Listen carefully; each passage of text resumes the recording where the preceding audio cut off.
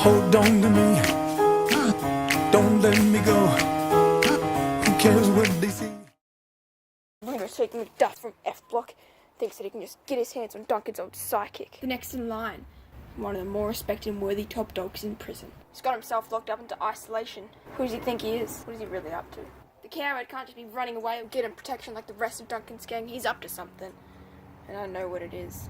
What I do next to him, it's on him. He will pay for what he is trying to do. He should be fearful of me, not myself be fearful of him. I am the one with the people. I have the upper hand. Macbeth, the mighty top dog of Court and Vow prison. There is no word for this situation, though some would say it is an aberration, but it's still life. We are still humans. Even if I don't deserve this life anymore, or even the power, I will not let it go to Macduff or any of his alliances.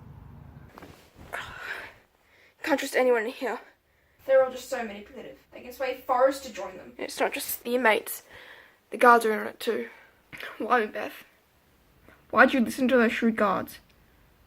I'm the only crazy person in here. We're all criminals.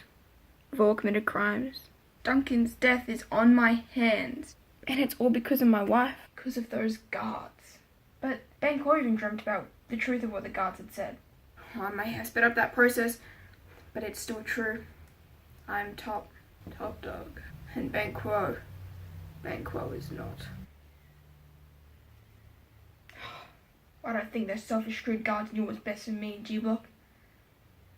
Now I'm ruling C-Block and betrayed who I used to be. Betrayed people that I was once allianced to. No.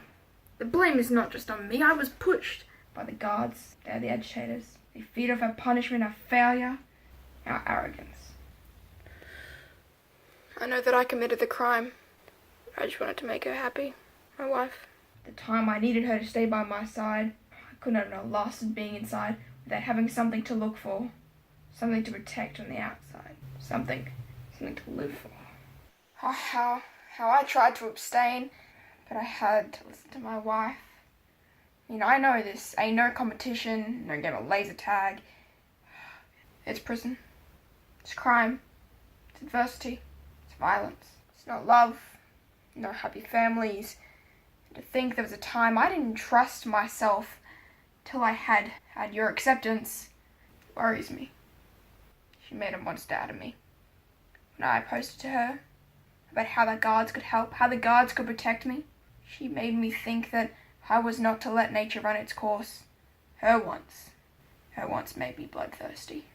Her wants bring out my inner monster. That monster, now, it's my responsibility. The way I remember that night so vividly. Every scratch on the mighty double mattress. The blood that squirted out of his neck like a hole in a hose. The horrid way my hair stood up. The knock on the cell as I stumbled my way out, tripping on my laces like a coward boxer. Oh, I even remember the gut feeling. That gut feeling of if it was just a dream, the noise had just awoken me. The noise would wake him and knock him back to reality. Because I knew that I would never be worthy of the respect unless I knocked everyone else out of the ring. I knew what I had done, and I knew I could never go back. It was keep moving or join him in his mighty, painless life after life. The dead are alive somewhere, and they know what we have done. They know what I have done. But that is no reason to rip a tear for the past, but a reason to become what I have now become. I finally moved up in the prison yard, but all I can think of, if the guards really did think as me, is more powerful. Do they show an act of clairvoyance, or do they make it happen? Is it all just a trick to take me to the ground? Could it even be Banquo? He is what fueled my want to become top, to be top dog. I could not let him rise higher than our block leader. He was my ally. But if his gang was next to rise, his gang was going to have to die. The dead will have their revenge. And I just hope that this is not Banquo's vengeance. And here it's all about connections. The power you hold, The respect you have for Macduff, he is using the guards on the inside. So I will have to do what needs to be done. No thinking for me anymore. It's time to shut off the empathetic side of my brain that feeds off human kindness. I'll just have to make him part of a bereaved family. He can keep his leadership in F block, but that is all. He's going to try and put together a gang of bull gangs, and I need to play to my strengths. He's trying to implode me with my own power, my own ambition. He's trying to run me dry and elevate all that I have, just because he thinks I'm unworthy. But he is yet to know the power I hold.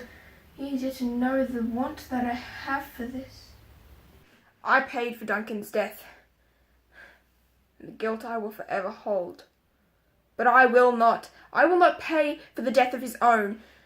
See, I cannot be killed, and I will live until this prison is shaken to the ground from the outside.